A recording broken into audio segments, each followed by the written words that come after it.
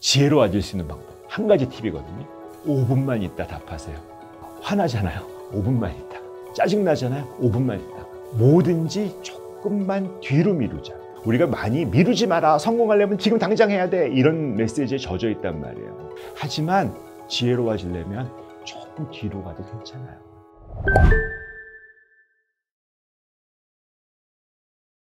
우리가 보통 지혜라고 얘기하면 너무 좀 철학적인 느낌이 들죠. 어떤 사람은 지혜롭다? 아, 나 지혜로운가? 한번 생각해 보세요. 지혜로우세요?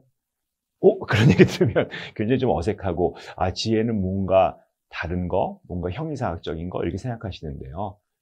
솔직히 말씀드리면, 지혜는 인생에서 매 순간순간 필요합니다. 무슨 얘기냐면, 지혜는 우리가 지혜를 복잡하게 생각하지 말고, 철학적으로 너무 어렵게 생각하지 말고, 간단하게 얘기하면, 내가 삶을 살아갈 때 풀기 어려운 문제, 풀 수 없는 문제, 이런 문제를 만났을 때 대처하는 능력을 지혜라고 합니다. 이게 무슨 얘기냐면 문제를 푸는 능력이 지혜가 아니에요. 지혜로운 사람은 내가 어떤 문제를 만났을 때, 정말 풀 수 없는 문제를 만났을 때 그 사람은 그 문제를 풀 수 있다. 그 사람은 지혜로우니까 한번 물어보자. 어떻게 하면 풀 수 있을까? 이렇게 생각하는 게 아닙니다. 아무리 지혜로운 사람도 그 어려운 문제를 풀 수 있는 방법은 없습니다. 풀 수 없는 문제를 만났을 때 그 문제를 푸는 능력이 아니라 대처하는 능력이잖아요. 그런데 어떤 지혜롭지 못하신 분들은 풀 수 없는 문제를 만나면 인생이 망가지는 수가 있어요. 그것 때문에 너무 집착하고 거기서 해결하지 못하시는 분이 있거든요. 근데 지혜로운 분들은 그 풀 수 없는 문제를 만났을 때 아주 적절하게 그 문제를 푸는 게 아니라 그 문제에 대처하는 것들을 해결하고 어떻게 대처할 것인가를, 그런 새로운 방법론을 만들어내는 것이죠. 예를 들면 우리가 죽음, 배우자 외도, 파산, 이런 문제들, 그걸 어떻게 풀어요? 풀 수 있는 방법이 없잖아요. 그런데 그 결과물은 굉장히 다르죠. 그것 때문에 삶이 망가질 수는 없거든요. 정말 독하게 얘기하면 인생에서 풀 수 없는 문제는 100%입니다. 100%. 나는 그런 풀 수 없는 문제는 없을 거야. 내 인생은 다 풀 수 있어. 과언하시는 분들은 죄송하지만 곧 만나게 돼요. 우리가 정말 사랑하는 사람과 이별, 죽음. 아니, 어떻게 결혼 생활 잘 유지하고 계세요? 잘 유지하고 계셔요? 그 결혼의 끝은 무엇일까요? 이혼 아니면 사별이에요. 좋으면 좋을수록 그 끝은 너무 힘듭니다. 어떻게 대처하실 거예요? 그러니까 우리가 봤을 때 이 지혜라고 하는 것은 어떤 순간순간에 필요한 것이 아니라 삶에서 어려운 문제를 만났을 때는 꼭 필요한, 누구나 필수 불가결하게 가지고 있어야 되는 것이다. 철학적으로 훌륭하신 분, 지혜로운 분만 갖고 있는 것이 아니라 나도 지금 이 순간 당장 필요한 것이 지혜다. 이렇게 말씀드릴 수 있겠습니다.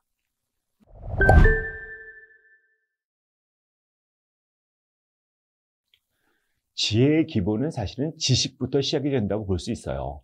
지식이니까 굉장히 많은 것들을 알아야 되고 도사가 되고 만물박사가 돼야 되는 것이 아니라 삶이 어떤 것이냐, 이런 것들에 대한 지식이라고 볼 수 있습니다. 근데 그 삶이 어떤 것이냐에 대한 지식은 내 경험으로 갖는 거잖아요. 근데 중요한 것은 삶은 내가 가진 어떤 관점이라는 데 대해서 굉장히 다를 수도 있고, 내가 가진 경험으로서는 다 이해할 수 없을 수 있어요. 그런데 그것을 끊임없이 삶에 대한 지식을 업데이트해야 하는 것이 바로 지혜의 기본입니다. 우리가 예를 들면 내비게이션 같은 거 있잖아요. 업데이트 안 되면 어떨까요? 아주 가까운데 좋은 길이 생겼는데 글로 가시면 되는데 돌아가잖아요. 아니면 길이 없어졌는데 글로 가면 안 되는데 엄한 길로 인도하지 않습니까? 그것은 무슨 힘이 좋은 내비게이션을 만들까요? 딱 한 가지예요. 업데이트거든요. 그러니까 내가 가진 지식을 끊임없이 업데이트하는 것들. 지금 유튜브 요거 보시잖아요. 엄청나게 지혜로워지시는 거죠. 이걸 안 보는 분과 보시는 분은 차이가 많이 나죠. 유튜브를 통해서든 지식을 얻는 방법 굉장히 많거든요. 옛날하고 비교할 수 없어요. 책도, 아니면 또 나보다 더 지혜로운 사람하고 이야기, 생각, 여러 가지 방법들이 있죠. 그래서 내가 가진 지식을 하나하나 업데이트하는 것이 바로 지혜로워지는 것의 첫 번째 단추다. 이렇게 말씀드릴 수 있을 것 같습니다. 제가 예를 들면 결혼식 한번 가보면 말이죠. 주례사분들이 있잖아요. 주례사분들이 정말 텍스트가 좋아요. 어쩌면 저렇게 좋은 말씀을 하시냐? 라고 놀라울 정도의 좋은 텍스트를 아마 그분의 뭐 경험이나 인생이나 이런 것도 있고 또 주례사 하신다고 준비하신 것도 많으니까 텍스트가 너무 좋거든요, 내용이. 그런데 보통 결혼식은 어때요? 한 30분에 하고 끝나야 되는 거 아닌가요? 그 다음 팀이 있지 않나요? 그 많은 분들이 바로 식사하고 간다고 그러고 우리나라 전형적인 결혼식, 사실은 또 결혼식이 더 시간도 길게 하고 행복한 순간을 누리면 좋은데 우리 안타깝게도 1시간이면 끝나고 나가야 되잖아요. 그런데 그 순간에 좋은 텍스트를 늘어놓는 거죠. 맥락이 약한 거죠. 이 결혼식은 내가 중요하고 주례사의 말씀을 다 전달하고 그 텍스트를 전달하는 것이 중요한 게 아니라 이 신랑 신부에게 정말 핵심적인 얘기를 빨리 전달해 줄 수 있는 그런 맥락이 중요한 거죠. 그래서 많은 분들이 텍스트는 강한데 내용은 강한데 이걸 지금 이때 쓸 것이냐 저때 쓸 것이냐 그 맥락이 약하신 게 많거든요. 지혜로우신 분들은 딱 그때, 지금 이 순간에 해야 되는 것들이 필요하거든요. 뭐, 야구 같은 거 좋아하시나요? 야구에 투수들 다 훌륭해요. 근데 요 맥락에서 잘 던지는 투수가 있어요. 왼손 타자, 뭐, 바깥에 빠지는 공에 약한 타자, 아니면 담대한 사람, 뭐, 여러 가지 맥락이 있잖아요. 지금 이 순간에 아무리 잘 던져도 첫 번째 공을 막, 볼을 많이 제구가 안 좋은 사람, 지금 던지면 안 되잖아요. 그거를 잘 알아서 그때 딱 적시에 늘어놓는 것이 훌륭한 감독이거든요. 우리 인생도 마찬가지죠. 나의 텍스트, 내가 가진 어떤 많은 지식과 이런 것들을 갖고 있다고 하더라도 지금 이때 쓰느냐가 정말 중요하거든요. 그래서 우선 맥락이라고 하는 것, 지금 이게 뭐지? 이게 지금 요때 요거 쓸 것인가? 이 상황이 요거 맞는가? 하는 것들을 아는 것들이 너무 중요하기 때문에 맥락을 잘 살피는 사람, 그것이 바로 지혜로운 사람의 두 번째 단계다. 이렇게 얘기할 수 있을 것 같습니다. 우리가 이제 공부를 하면서 또 어른이 되어가면서 네가 중요하다. 네가 세상의 중심이다. 우주의 중심은 너다. 이렇게 얘기를 하거든요. 그래서 그거 좋은 얘기예요. 맞습니다. 내가 중심이고 내가 세상을 나의 어떤 것들이 나를 통해서 세상을 보고 있고 맞는 말씀이죠. 근데 더 중요한 건 바로 옆에 사람도 그 사람이 우주의 또 중심이에요. 나도 우주의 중심이지만 수많은 우주의 중심이 우리 주변에 있거든요. 이 상대성이라고 하는 건 내가 상대자다라는 거예요. 이게 무슨 얘기일까요? 절대자는 세상에 없어요. 저 사람도 절대자는 우리가 어디에서 절대자 하나님 이럴 때만 쓰거든요. 창조주 하나님은 절대자입니다. 이럴 때만 쓴단 말이에요. 무슨 얘기냐면 신이 아니고 하나님이 아니면 다 상대자예요. 그러니까 나한테 옳은 건 저 사람한테 안 옳을 수 있어요. 나한테 맞다고 생각하지만 저 사람은 틀리다고 생각할 수 있거든요. 그것이 상대성입니다. 우리가 정말 상대성이라고 하는 거는 나는 이것이 정말 아무리 맞다, 이거 정말 중요하다, 나는 우주의 중심이니까 이게 맞아, 이렇게 해야 돼 라고 생각하시지만 그것이 다른 사람에게는 전혀 틀린 얘기일 수 있다는 것을 인정하는 것입니다. 이 상대성이 약하기 때문에 서로 싸우고 전쟁이 나고 이 정치라고 하는 것이 바로 그렇죠. 내가 맞아. 나는 힘을 가져야 돼. 하기 때문에 나만 맞아. 쟤는 틀렸어. 하기 때문에 어떻게 될까요? 전쟁으로 가는 거예요. 너무 힘들고 어려워지고 그래서 사회가 더 어려워지는 거죠. 나만 맞는 사람들끼리 좋은 세상을 자꾸 만들려고 하거든요. 정말 좋은 정치는 나랑 의견이 달라도 거기도 타당한 좋은 것이 있을 수 있다고 해서 그것을 다 합쳐서 정말 이 세상을 좋게 만드는 게 좋은 정치거든요. 지혜로워지려면 나만 세상의 중심이 아니라 저 사람도 세상의 중심이고 난 늘 상대자다. 항상 상대성이 있고 여기에 옳은 것이 있으면 저기에 옳은 것이 있을 수 있다. 내가 틀릴 수 있고 저 사람도 틀릴 수 있지만 반대로 내가 옳은 것이 꼭 옳은 것이 아니다라는 것을 익히고 살아가는 그런 상대성 원리가 작동되는 것이 지혜의 가장 중요한 축 중에 하나다라고 말씀드리겠습니다. 요즘에 현대인들이 더 그렇고요. 무엇인가 확실히 떨어져야만 될 것 같은 두려움이 있어요. 삶에 대한 일종의 어떤 두려움, 공포 이런 것 때문이겠죠. 저도 사실 의사이긴 하지만 많은 분들이 의대 열풍 이런 거 있지 않을까요? 의대 열풍이 왜 있을까요? 의대를 졸업하면 의사라는 직업이 보장되기 때문이에요. 그래서 확실할 것 같으니까 내가 이렇게 살다 보면 확실하게 살 것 같으니까 의대를 가서 의사를 하고 싶어 하거든요. 그럼 모든 사람들이 확실한 것만 달려가는 거죠. 근데 세상에 확실한 그 학교를 졸업해서 그 직업을 갖는 거는 아주 극소수거든요. 정말 적은 수예요. 그런데 다들 그렇게 하려고 한단 말이에요. 그러면 어떻게 될까요? 내가 무슨 직업을 가지지 못할지 모르는 직업, 전공, 거기는 인기가 없어지는 거예요. 이거 정말 말도 안 되는 얘기죠. 사실 세상에 그럼 의사만 있으면 세상이 돌아가나요? 그렇지 않단 말이에요. 무슨 얘기냐면 세상은 원래 불확실합니다. 아무것도 알 수 없어요. 지금 뭐 이대 열풍이 돌았지만 뭐 AI가 발전하면 의사가 할 수 있는 거 다 AI가 다 할 수도 있거든요. 그리고 어떻게 알겠어요? 언제 어떻게 될지 아무도 모릅니다. 정말 우리 세상은 불확실하고 미래는 아무도 알 수 없거든요. 근데 그런 불확실한 거를 견디는 힘이 우리가 없습니다. 우리는 이 불확실성의 시대에 살고 있어요. 그리고 제가 감히 단언하지만 불확실성은 점점 더 심해질 겁니다. 한 치 앞도 지금은 거의 1년, 세상에 그 누구도 1년 앞 못 볼 거예요. 사실 어떻게 보면 내일 무슨 일이 일어날지 모르는 시대입니다. 확실한 걸 보장하다 보니까 정말 불확실한 것이 벌어지면 큰일 난 줄 알아요. 근데 사실 정확하게 얘기하면 불확실한 게 디폴트 값이에요. 그게 기본 값입니다. 확실하다고 하는 거는 정말 극소수고 어떻게 보면 앞으로는 있을 수 없는 일이에요. 확실한 이렇게 될 거야 라고 하는 거는 말도 안 되는 얘기라고 보면 됩니다. 그래서 우리는 불확실한 것이 당연하고 불확실 속에서 살아가는 것이 맞다. 그래서 불확실한 것들을 견디고 아무것도 보이지 않지만 그 불확실성을 견딜 수 있는 사람이 지혜로운 사람이 될 것이다 라고 말씀드리겠습니다. 세상의 모든 일이 그렇지만 절대로 모든 일이 단시간에 끝나진 않거든요. 제가 늘 좋아하는 얘기는 하지만 X축은 상당히 길다. 내가 사실 꽤 살 수 있어요. 이제 거의 우리나라 평균 수명이 90에 가까워졌고 곧 100세 됩니다. 사실 지금 청년들은 100세 훨씬 더 사실걸요? 좀 끔찍하게 느껴지지 않으세요?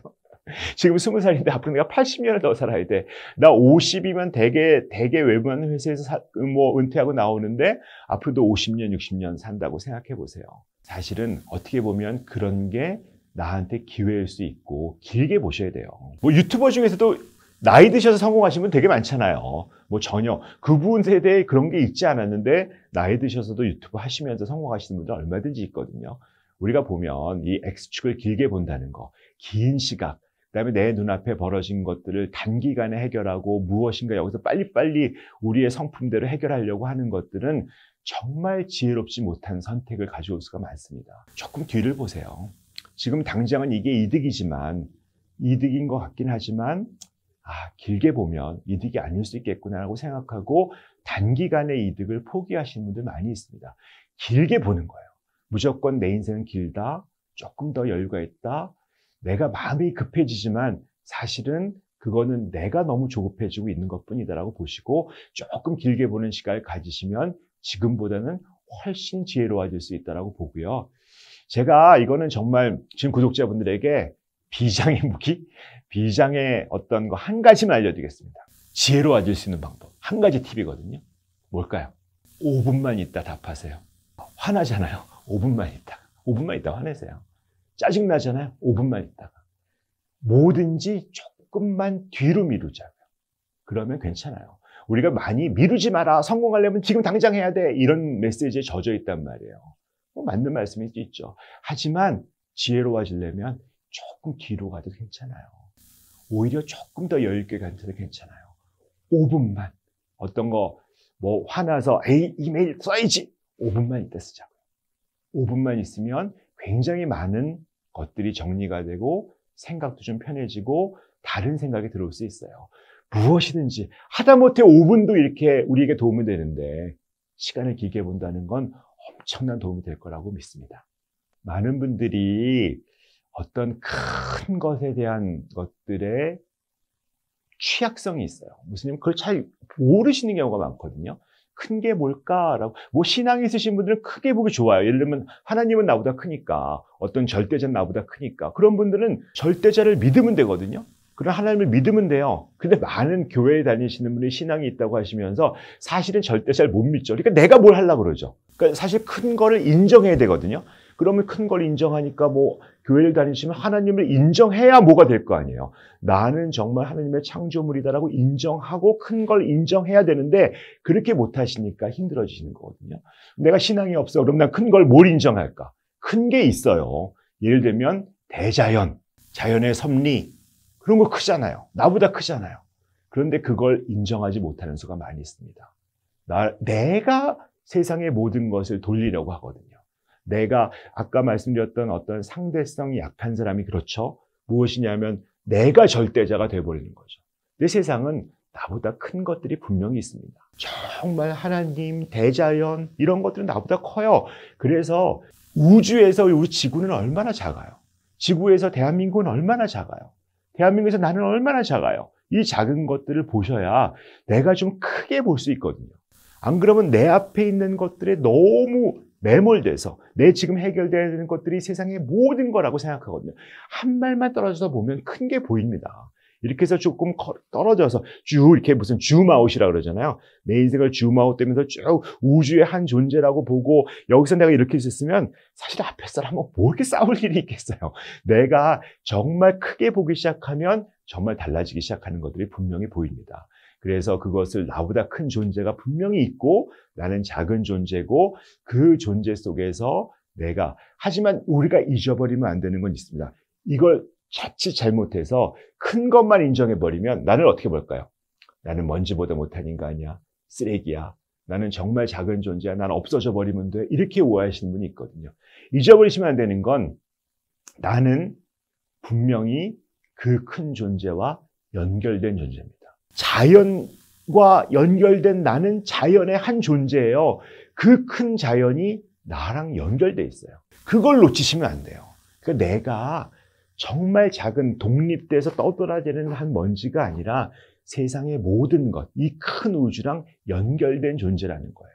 그 연결된 존재라는 걸 알고 나는 이 큰 우주의 한 중요한 요소다. 거기에 연결되어 있다. 사실은 내 입장에서 내가 없어지면 우주의 한 축이 없어지는 거예요. 어떻게 보면 우주가 다 전 우주가 없어진다고 볼 수 있죠. 이게 내가 중심적이고 내가 우주의 중심이라가 아니라 나는 우주라는 거예요. 이 모든 우주를 보면서 우주적인 시각으로 전 세계적인 시각으로 정말 창조주의 시각으로 나를 볼 수 있다면 훨씬 지혜로운 선택을 할 수 있을 거라고 봅니다. 어떻게 보면 현실적으로 지혜로워질 수 있는 가장 쉬운 방법일 수도 있습니다. 무슨 얘기냐면 지혜는 내 주변에 있는 사람과 마음을 잘 통하고 공감이라는 게 그렇잖아요. 저 사람이 무슨 마음인지 심정인지 알고 이해하고 거기에 반응하고 그런 것들이 지혜거든요. 그런 지혜의 마음이 바로 공감의 마음이에요.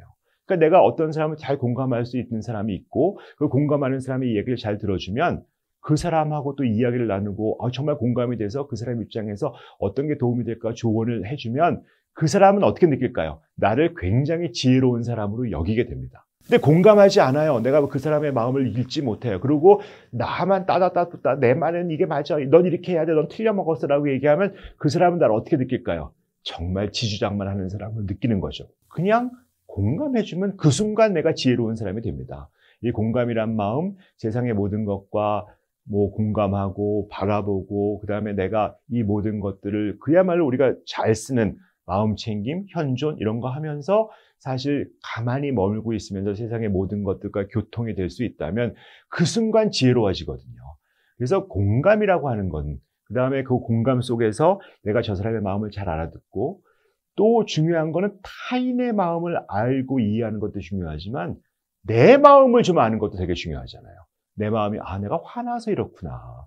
그걸 알아차리고 내가 정말 억울해서 이렇구나라고 알아차리고 내가 이것 때문에 이렇구나 하고 나를 알아차리고 나 자신을 잘 돌아볼 수 있게 되고 내가 정말 힘들고 외롭구나라고 내 마음에 공감할 수 있게 되면 사실 그 순간 지혜로운 사람이 되거든요.